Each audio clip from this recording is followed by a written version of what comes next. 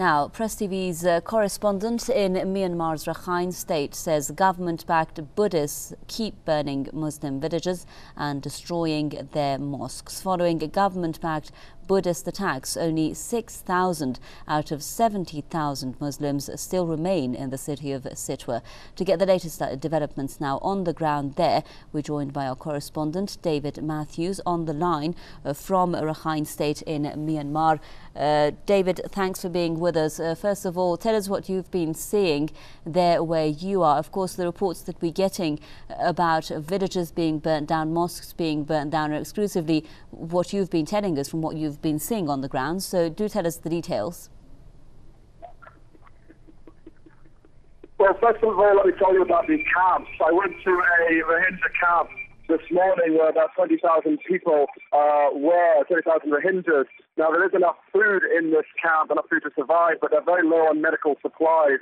One man who was there since the camp started 40 days ago said that 18 people, mainly children, have died from preventable diseases since the camp started. I saw one child in a very bad condition. He was ill from diarrhea-related illness. Now he's being carried by his father and is unable to walk. So the situation is pretty dire in this camp, particularly from the lack of medical supplies. We have to also remember that this camp that I was allowed to get into is probably one of the best camps, or the camp in which there are the best conditions.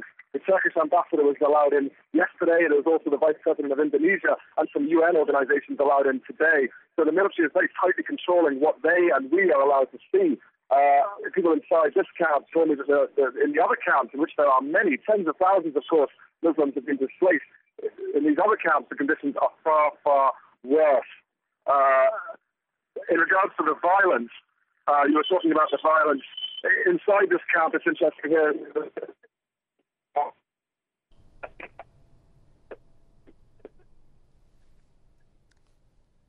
Well, I'm afraid it looks like we've just... Yes. David, can you hear me now? Sorry? Yes, I can hear you, yes. Okay, we just lost you for a bit there. You've also been telling us that only 6,000 out of the 70,000 Muslims who were in the city of Sitwe remain there. Tell us what's happened to the rest of them. Well, yes, 70,000 Muslims used to live here. Now only 6,000 remain.